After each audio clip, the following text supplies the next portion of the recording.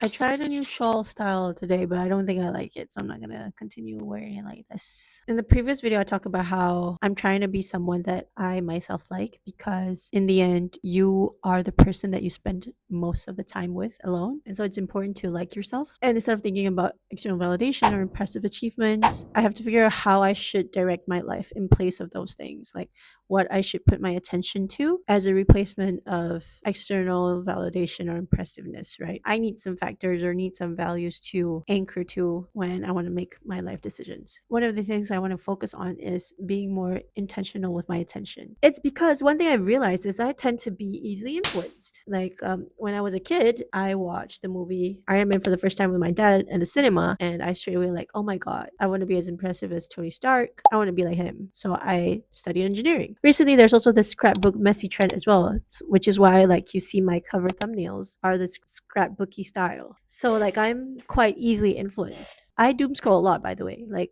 I know the latest audios and trends and whatever. There's always a new trend and a new niche every year. I think this year is whimsy. Previously, we've had mob wife, we've had clean girl, we've had I don't know what other trends or niches that we have. But this year appears to be whimsy, and it's not really bad. But I think it's just that people want to have a sense of belonging. You know, they want to belong somewhere. I used to be really into the clean girl and old money trend. But one of my big goals this year is to doom scroll less and reduce my screen time and be really intentional with my scrolling. Like, what's the reason for me to scroll? You know, like I'm not just gonna scroll without an objective. I recently downloaded an app called Opal, which blocks like social media or any apps that you want to for an amount of time so that you reduce your screen time. And I've seen how it has helped me in terms of reducing my screen time, but I still need to reduce more.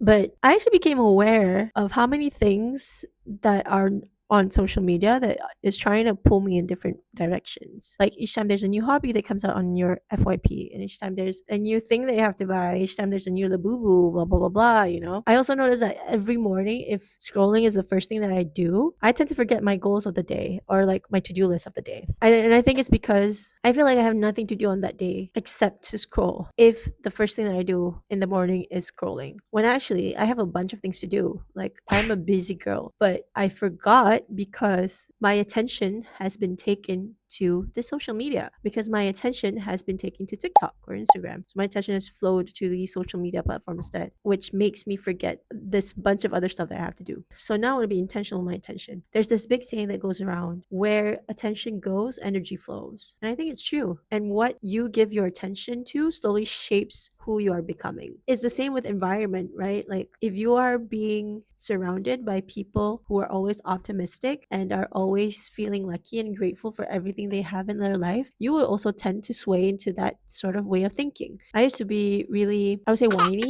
Like I like to complain a lot. And I also have a few friends who like to complain a lot as well. And so when you're in the environment of being surrounded by people always complaining, then you never see the beauty in life. And I think your attention is also the same way. Also, have you ever noticed that you can't form an opinion anymore or an original thought when you read or watch something? For some reason, that's how I feel nowadays. It feels like anything that I watch or read or even read from the comments is just like supporting my opinions that I already have, meaning that everyone's just like, oh my gosh, I feel the same way, blah blah blah, and they're all saying what I'm also thinking. It's like when you're talking to ChatGPT now, where there's like, That's right, I completely understand. Here's a blah blah blah blah. you know, it's like someone who's always supporting you even though when you're wrong. For some reason I feel that way now. Like I can't think critically or form an opinion even when I read the comments, because the thing is the comments are actually catered to you. Like, did you know that actually the comment sections or the comments that are being showed to you on the same video will not appear on a different person? Like the comments at the top would be different than someone else's because of the algorithm. So in the end, the FYP, everything, even the comments that are shown to you are only those that resonate or relatable to you. So now I feel like we don't really think deeply or critically anymore, because it's either one, you're watching a TikTok video or Instagram video that's already supporting what you're thinking, and two, you're also reading the comment section that's also supporting what you're thinking. So you don't really have that challenging questions or questioning whether it's valid or not, or whether it's accurate or not. And in the end, you're kind of stuck in your own bubble with the people who think the same as you and have the same value as you, instead of, the opposite side. I'm not saying that we should be okay with people expressing their, I don't know, Nazi fascist opinion. I'm just saying that we are being exposed to more content that doesn't challenge us in any way or provides a different perspective, because the algorithm tends to show you everything that you already relate to, so you can't see a different perspective. And as a result of that, it becomes more polarizing between communities. And it's how the algorithm works anyway, right? With the hashtag and keywords, they categorize the content and push the content to groups of people that are relevant to them, and they know that these people are going to interact with it and love it. And I know this is ironic coming from someone who's actually right now doing content and putting keywords and hashtags in their videos, but I have noticed that it is because of the damn phone, because it is taking our attention away. And I do feel like when my attention is in social media, everything just seems louder, like other people's opinion, other people's outrage, like other people's business. I love gossip and tea as much as everyone else, but I don't know, it's just like sometimes I feel like this is none of my business. I should not know this. And it's not affecting my life in any way. All of these,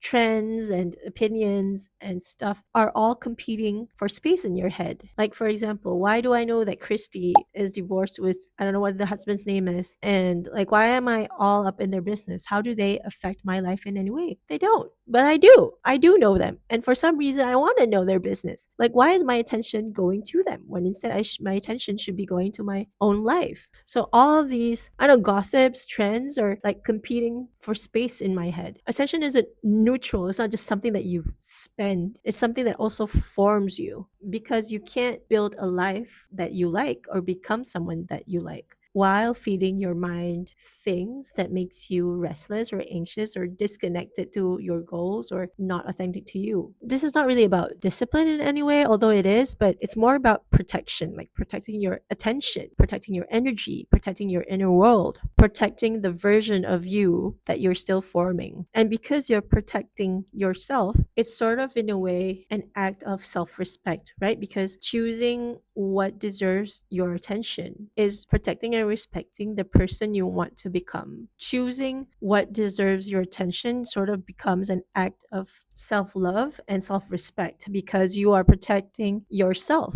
from all this chaos and distractions in the world that is insignificant to you. Once you know what you need to pay attention to, once attention becomes very intentional, then you just start to focus on your own life. And now that you've started to become more intentional with your attention, you stop being distracted, you stop to react to every single thing. There are fewer things competing for your energy, and it becomes easier for you to see what actually matters. And from there, it's easy for you to figure out what you want in life and what's the next step or the next action that you have to take to build a life that you actually like. So remember, where attention goes, energy flows.